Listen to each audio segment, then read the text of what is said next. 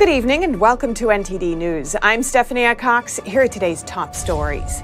President Biden's student loan forgiveness plan challenged in front of the Supreme Court today. Republican-led states accuse Biden of using the pandemic to move the plan forward. Hackers linked to the Chinese regime have been gathering an unprecedented amount of information. A new report sheds some light on which countries they're targeting. The United States has sent over $100 billion worth of aid to Ukraine. Lawmakers are now making sure none of the military aid has gotten into the wrong hands. CIA Director William Burns says Iran is just weeks away from having the capacity to make nuclear weapons. We'll hear analysis from a former diplomat and former U.S. Energy Department official. And a mayoral election underway in Chicago. Democratic Mayor Lori Lightfoot faces fierce competition as she fights for a second term.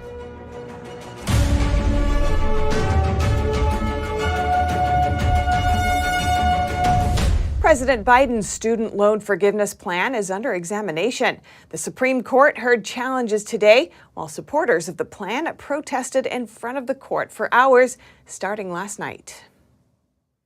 President Biden's student loan forgiveness plan would cancel between $10,000 and $20,000 of debt for eligible borrowers. Biden introduced the plan last summer, but a lower court halted it in November. No debt has been canceled yet. If the plan goes through, around $400 billion of debt would be canceled. Chief Justice John Roberts on Tuesday pointed out that the executive branch usually doesn't have the power to do that. Most casual observers would say if you're going to give up that much amount of money, if you're going to affect the obligations of that many Americans on a subject that's of great controversy, they would think that's something for Congress to act on. The Biden administration says it has the power to forgive the loans thanks to a rule put in place in 2003. The rule in question is the Higher Education Relief Opportunities for Students Act, or HEROES Act. It was passed after 9/11 and grants the Secretary of Education the power to waive or modify a federal student loan program. The idea is to protect borrowers in the case of military operations and national emergencies. The Biden administration argues that the COVID-19 pandemic is such a national emergency.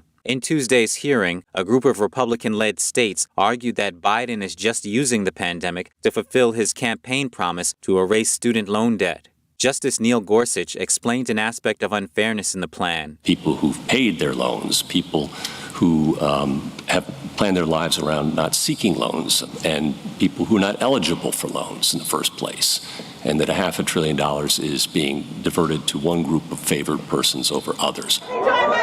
Several groups supporting student loan forgiveness protested in front of the High Court. One of the speakers was Democratic California Representative Jimmy Gomez. He advocated for debt forgiveness, saying he's still paying off his student loan debt, as you can see in this clip. Out of all the members of Congress, people think that we're all wealthy, we're well off, but I still owe $45,000 in student loan debt from my time in undergrad and graduate school. I paid off almost $100,000. Now I'm working on the last $45,000. But not everybody is so fortunate. Most judges on Tuesday reportedly seemed skeptical of Biden's plan to forgive student debt. A decision from the High Court is expected by late June.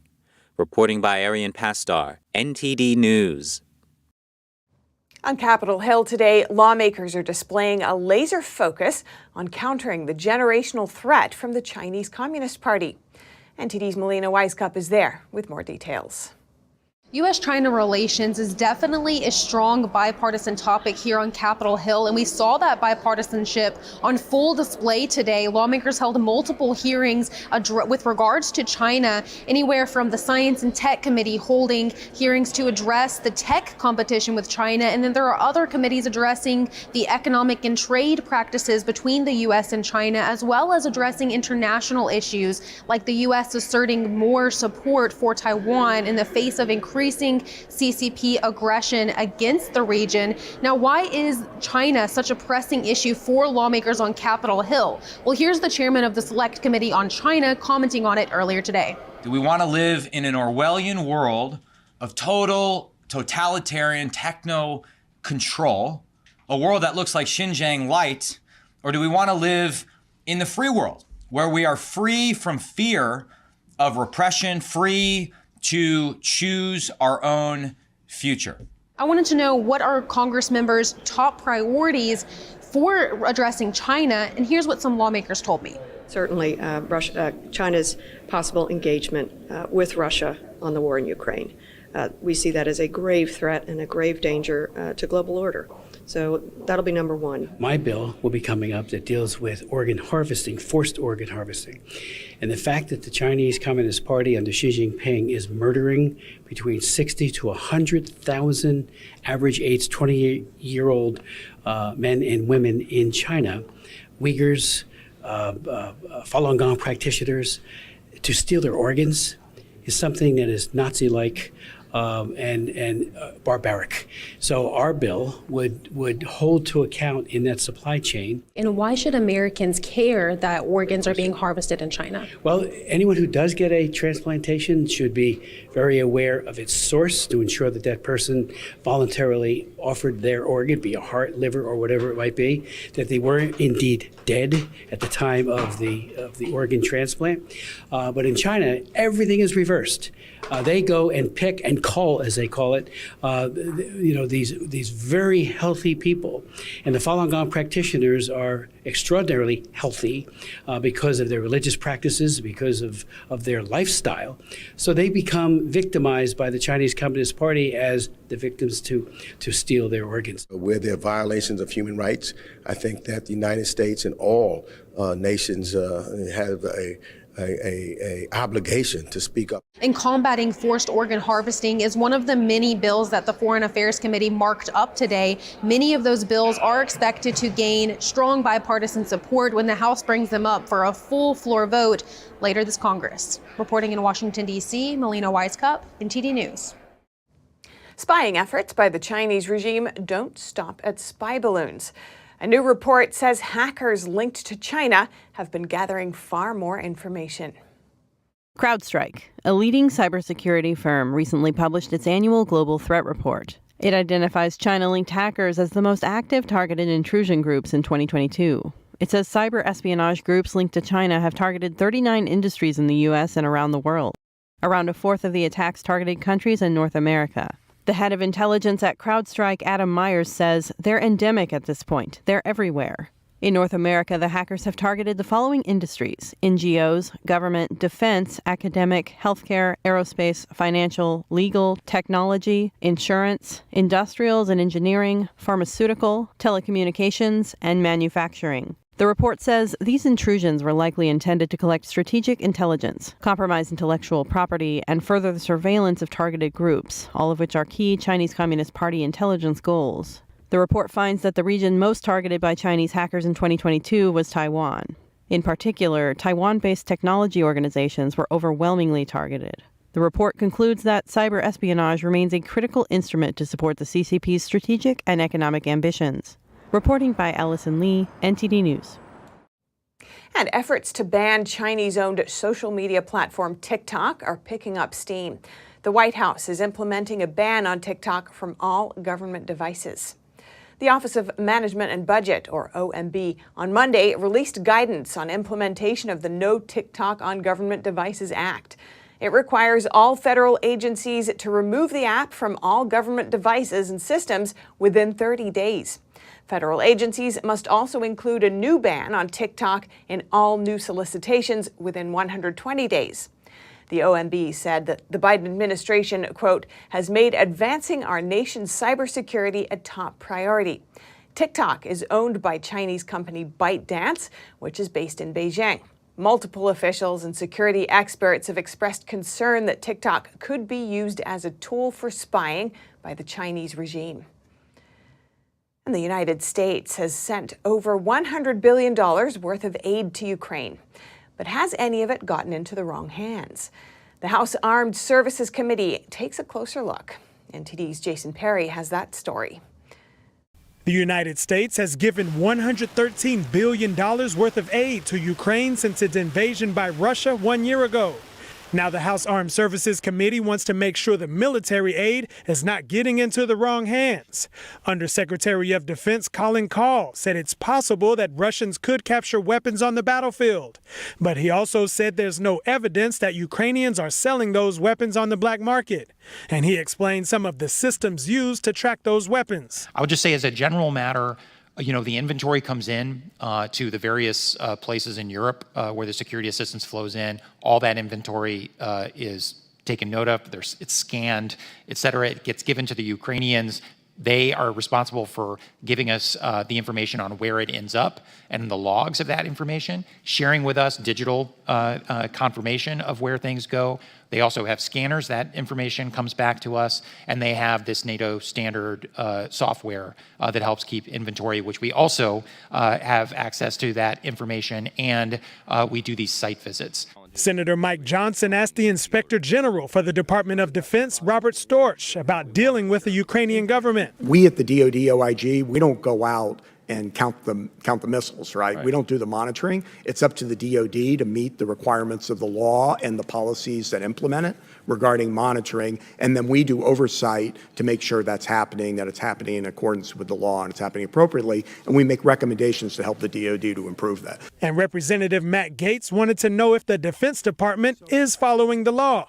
He asked Storch to testify that the DoD has complied with the Arms Use Control Act of 1996. It requires in-use monitoring for certain defense articles that are sold or leased. You cannot testify that we have complied with the end-use monitoring requirements at all times during this conflict, can you? So we have an ongoing evaluation right now. I get that it's ongoing. I'm looking backwards. You cannot testify that everything is complied with the law and the end-use monitoring, can you? So some of that gets into the classified report that we issued previously. But I think everyone watching this could see that if you could testify to that, you would. You're citing a classified report. I don't know why that report's classified. I think the American people deserve to know if this 1996 law is being followed or not. You can't testify that it is being followed, and so I think they can draw reasonable conclusions from that. The remainder of the hearing continued on in a classified setting to discuss details that can't be made public. Jason Perry, NTD News. Turning now to another looming threat, CIA Director William Burns says it may be only a matter of weeks before Iran is capable of enriching uranium to 90% purity. Burns told CBS Sunday that if it reaches that stage, the regime would be capable of making nuclear weapons. A prospect that former diplomat and former U.S. Department of Energy Deputy Assistant Secretary for Policy and International Affairs Bart Marcois tells me is more alarming than any other threat facing the world right now. I spoke with Bart earlier today. Bart Marcois, welcome to our show. Thanks for joining us. Thank you, Stephanie. It's nice to be back. CIA Director William Burns says Iran could be just a matter of weeks from being able to manufacture nuclear weapons. How alarming is this to you? Oh, I think it's the single most alarming thing in the world right now. It surpasses even China as a threat. Imagine what it would be like when somebody who has a millenarian outlook on life, they're looking to provoke the end of the world, the rulers of Iran. Most people hesitate to use nuclear weapons because they don't want to die. These guys welcome death as a glorious martyrdom. Nothing will stop them from using this against their enemies or from using it to intimidate their neighbors. It is a frightful development. The Iranians, the trigger that will provoke them to use nuclear weapons is if they have them. They will use them. They will use them first to bully their neighbors. They'll use them to bully Saudi Arabia. They'll use them to attack Israel. They will use them if they have them. This is not Russia. This is not North Korea. This is not China. There's no deterrence. There's no mutual assured deterrence here. They would welcome a nuclear exchange. They want to destroy Israel, America, and the Sunni Muslims that control the majority of Islam in the world. The nuclear deal with Iran, Some are blaming former President Trump for pulling out of that deal, which had imposed restrictions on enriching uranium. Trump had said that the deal was ineffective, but Iran has announced more enrichment since then. What's your analysis? Well, some are blaming Trump for the asteroids that hit the Earth and killed the dinosaurs and everything since then. It's nonsense to blame Trump. Trump was the one who slowed Iran's development of weapons. Iran never stopped developing weapons. They never stopped enriching uraniums. The so-called safeguards that the JCPOA, the Iran deal, imposed on Iran were toothless. The inspections they demanded that Iran be given 2 weeks notice before any inspection. What kind of inspection is that if they've got 2 weeks to hide all the evidence? What Trump did was he imposed such crippling sanctions on Iran that they were running out of money. And if you want to win a war, you deprive your opponent of money. But it was Obama and Biden who have they've given up control of the reins and taken off the curbs on Iran and let Iran run rampant. And it's been since Trump has been out of office, Biden lifted so many sanctions on Iran immediately. And now they're reimposing a few, but they're meaningless compared to what he lifted. He lifted all the secondary sanctions on the European countries and the Asian countries for doing business with Iran. Nothing else matters than those. There are many unknowns in dealing with a regime like Iran's. With that in mind, what do you think the U.S. should do to ensure world peace at this time? There are many unknowns. What we can do is immediately start producing more energy from the United States, lower the cost of oil in the world oil markets, deprive Iran of the value of their share of the world oil market, and reimpose the sanctions, all of the sanctions, including the secondary sanctions on France and Germany and any country that does any kind of deal, any kind of trading with Iran. That's when it bites, and that's when within 18 months, within 14 months, maybe 8 months, Iran would buckle again because they would be out of money. Bart Marcois, former Assistant Secretary for Policy and International Affairs with the U.S. Department of Energy. Appreciate your time. Thank you, Stephania. Always a pleasure.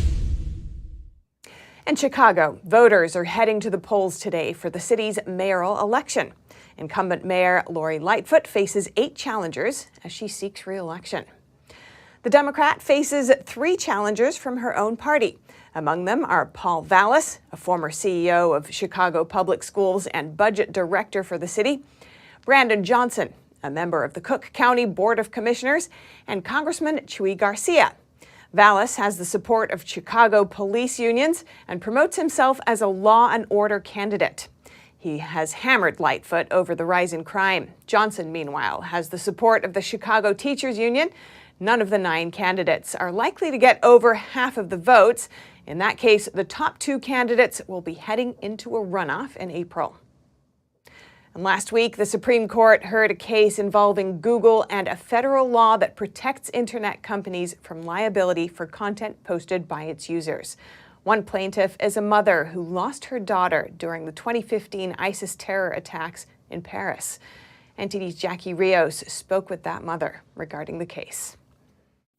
Beatriz Gonzalez lost her daughter, Noemi Gonzalez, 7 years ago during the 2015 Paris terror attacks. She was studying abroad in Paris at the time. Noemi was the only American murdered by Islamic State extremists that day. She was only 23 years old when she left this earth, but by that time, probably she was having more life than what many people have in their whole life. Yeah, she was full of life. Now, Beatriz is speaking out in hopes of changing a law that grants certain immunities to social media companies. She is part of a lawsuit that alleges Google's YouTube algorithms are partially to blame for the 2015 attacks. The U.S. Supreme Court heard oral arguments for the case on February 21st. This is the first time the justices have taken a case regarding Section 230. because in the beginning I thought it's Google and the other platforms, Twitter, YouTube. But now that we are here, it's like a small victory. Google and YouTube are protected from liability for content posted by their users. This stems from a 1996 federal law known as Section 230 of the Communications Decency Act. The lawsuit claims that YouTube, through its video sharing platform computer algorithms, unlawfully recommended videos produced by the Islamic State to certain users. The lawsuit seeks to limit or moderate how much control platforms have over their content. In this case, doesn't go to change anything yet, but at least we're starting something. This platform, Google, let the people take advantage in the wrong way by publishing all the videos, and I hope that this change for the good. The San Francisco 9th U.S. Circuit Court of Appeals tried to use this law to dismiss the lawsuit. The justices could decide whether to modify or upend the law and change protections given to internet companies' social media platforms. Meanwhile, tech giants are worried it will cause unending litigation. Jackie Rios, NTD News, Norwalk, California. And if you have any news tips or feedback for our show, you can email us at eveningnews@ntd.com. Coming up, the NBA's all-time leading scorer is sidelined with an ankle injury at a critical juncture.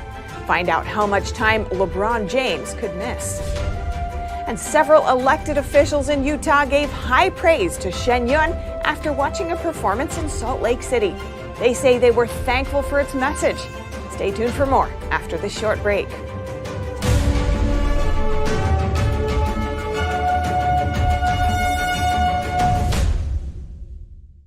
Shen Creations, the streaming platform from Shen, featuring world-class dance, past programs, and all original music.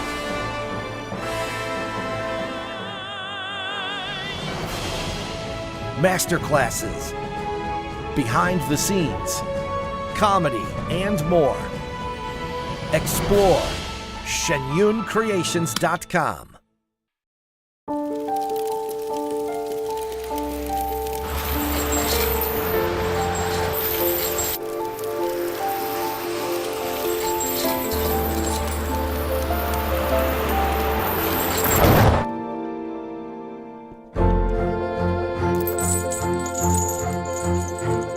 Did you know dragging chains can spark a wildfire? Only you can prevent wildfires.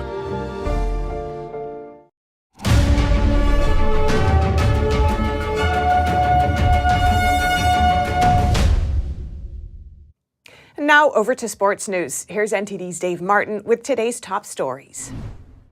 Thank you, Steph. Lakers star LeBron James is expected to be out at least a couple of weeks with a foot injury suffered in Sunday's win over Dallas, according to multiple reports.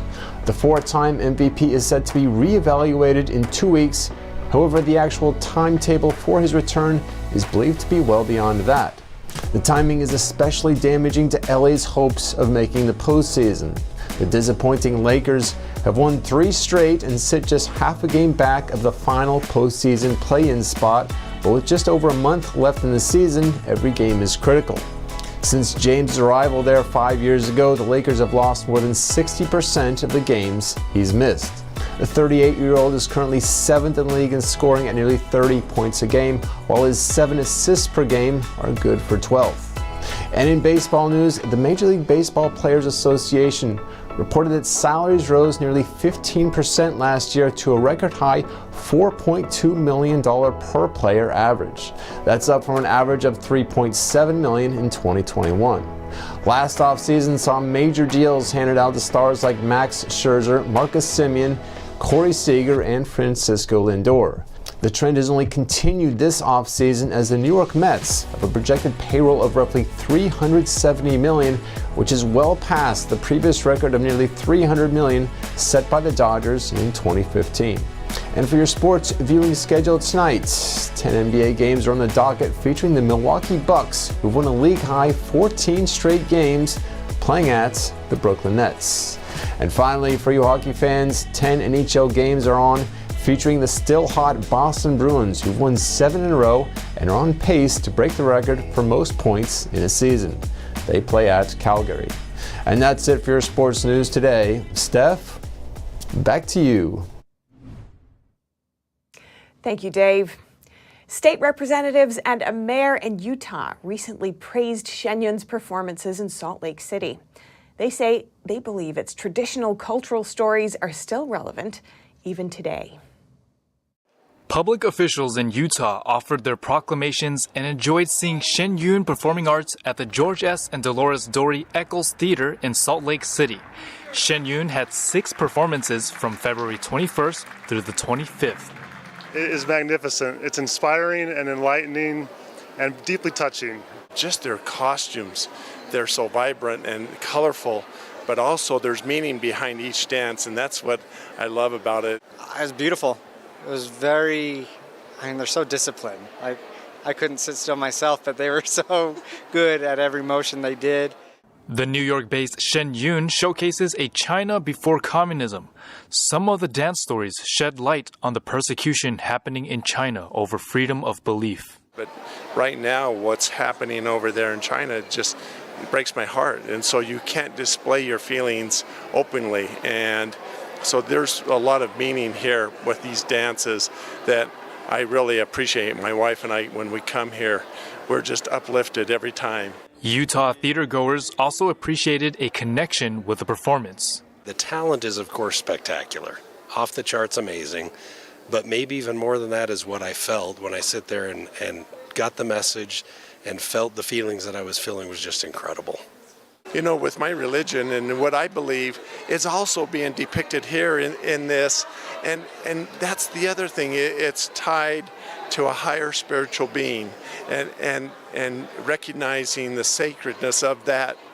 That's what's wonderful in this whole performance. I was impressed by the spiritual side and the emphasis on culture and values and family and other things that we all resonate with, things that bind us as civilization and things that are divine as well.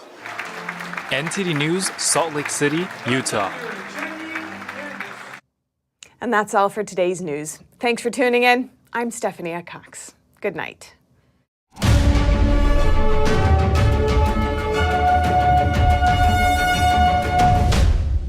Thanks for watching us on YouTube. Did you know YouTube only keeps selective videos on its platform? So if you want to make sure you get the full picture, just subscribe to our newsletter.